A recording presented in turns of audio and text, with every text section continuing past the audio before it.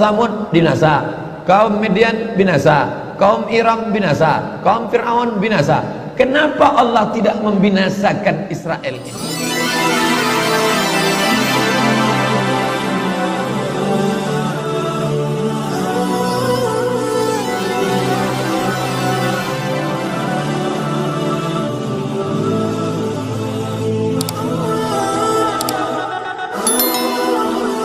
Apa yang mereka kejar ke Palestina?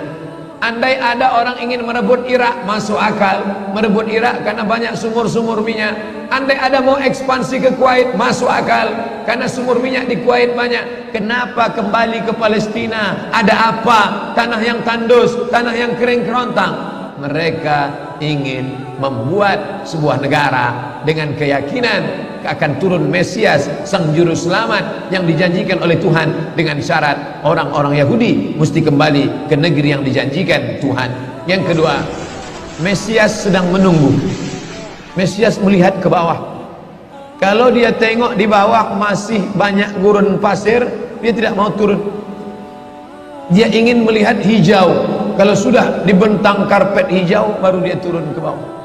Maka yang dimaksud dengan hijau itu adalah ditanami tanaman-tanaman hijau, penghijauan yang luar biasa. Dan ketika Israel masuk ke Palestina, mereka ambil tanah itu, mereka hancurkan rumah orang Islam, mereka buat tembok panjang. Penjara terbesar dan terpanjang di dunia adalah Palestina.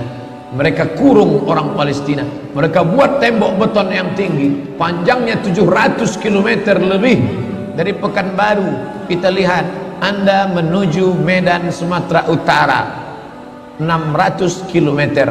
Mereka membuat tembok tinggi 700 km. Bayangkan, umat Islam terisolir dan mereka tanami hijau-hijau. Makanya Allah berkuasa. Allah mau tunjukkan kuasa, lalu Allah buat tanaman hijau itu menyala. Dalam pokok yang hijau itu menyala beberapa bulan yang lalu. Heran orang, Allah mau menunjukkan kekuasaannya. Kalian tidak mau tolong Palestina, aku yang akan menolongnya. Tanaman yang hijau yang mereka tanam itu tiba-tiba terbakar. Tidak ada yang bisa mematikannya. Sampai-sampai reporter wartawan Amerika mengatakan, tidak ada yang bisa mematikan kebakaran ini kecuali Tuhan, karena Dia yang membakarnya. Mengerti keadaan kita zaman sekarang. Jangan sampai dikatakan Palestina bukan urusan kita. Ini kan masalah politik. Indonesia ya Indonesia, Palestina ya Palestina. Antum tidak mengerti masalah dunia. Palestina adalah masalah umat Islam. Subhanalladzi asra bi'abdihi. Maha suci Allah yang sudah memperjalankan hambanya minal masjidil haram, dari masjidil haram, ilal masjidil aqsa, masjidil aqsa, masjidil aqsa Palestina. Kita yang tertulis dalam kitab suci kita bahwa kita punya ikatan emosional. Kenapa kita tidak yakin itu? Yahudi ajarannya dibuat-buat, ajarannya mitos, tapi mereka punya keyakinan yang luar biasa. Mereka rebut negeri itu, mereka kuasai, mereka hancurkan negeri musuh. Atas dasar apa? Keyakinan bahwa Mesias akan datang.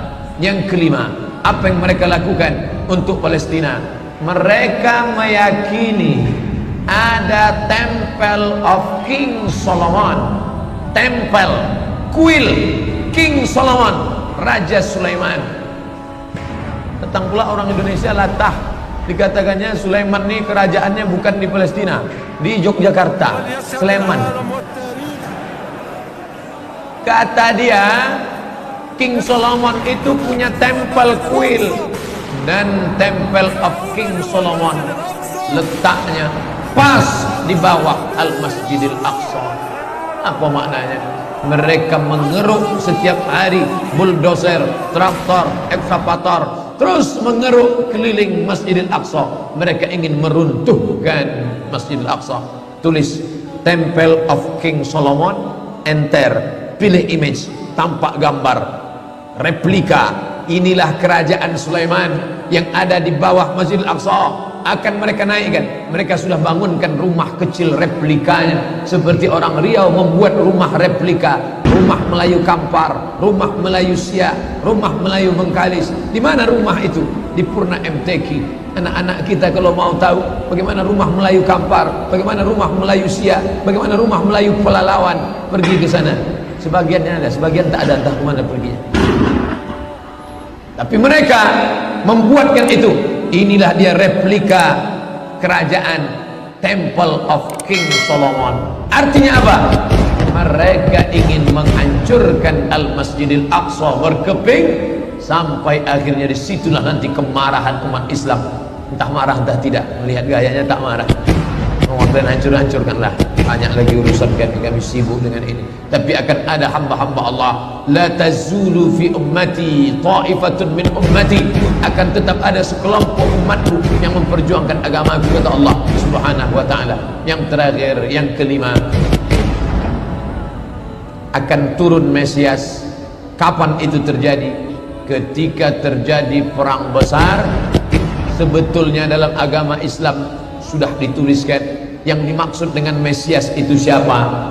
Kata Imam Al-Hafiz Ibnu Hajar Al-Asqalani dalam Fathul Bari, yang dimaksud dengan yang dinanti-nanti mereka itu adalah Dajjal. Dajjal itulah sesungguhnya yang sedang mereka nanti.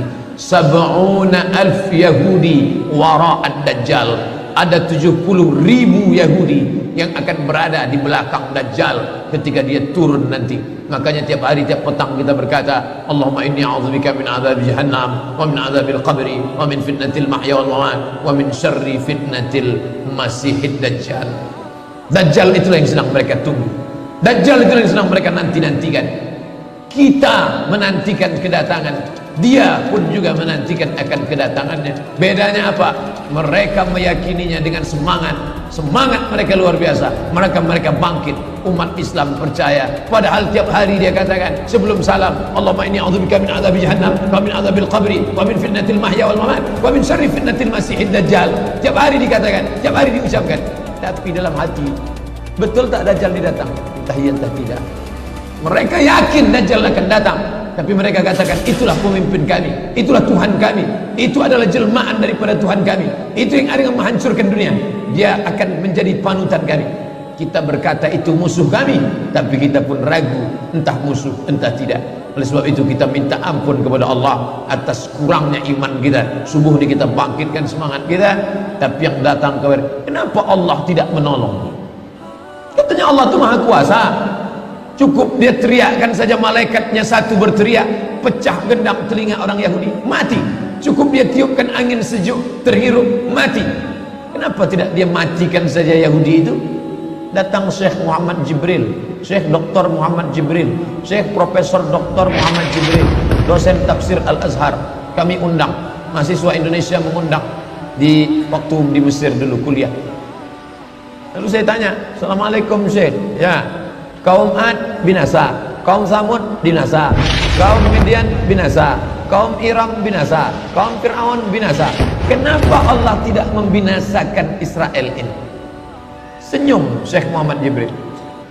Apa kata dia? Ya beni, anakku, seandainya Allah membinasakan Israel ini, lalu apa yang tersisa untukmu? Ditunjuknya saya.